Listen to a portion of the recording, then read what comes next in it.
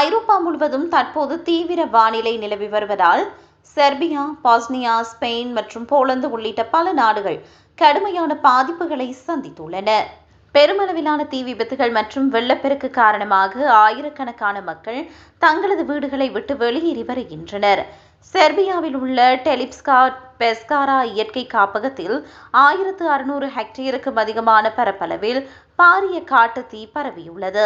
இதனை அணைக்க ஐரோப்பிய ஒன்றியம் ஹெலிகாப்டர்கள் மற்றும் தீயணைப்பு வீரர்களை அனுப்பி வைத்துள்ளதுடன் ரஷ்யாவின் இல்யூஷன் விமானமும் மீட்பு பணியில் ஈடுபட்டுள்ளது. இதற்கிடையில் பாஸ்னியா மற்றும் குரோஷியா எல்லைப் பகுதியில் மற்றொரு பெரிய தீ விபத்து ஏற்பட்டுள்ளது. ஸ்பெயினின் டாரகோனோ பகுதியில் பெய்த கனமழை காரணமாக திடீர் வெள்ளப்பெருக்கு ஏற்பட்டு குறைந்தது 11 பேர் காயமடைந்தனர்.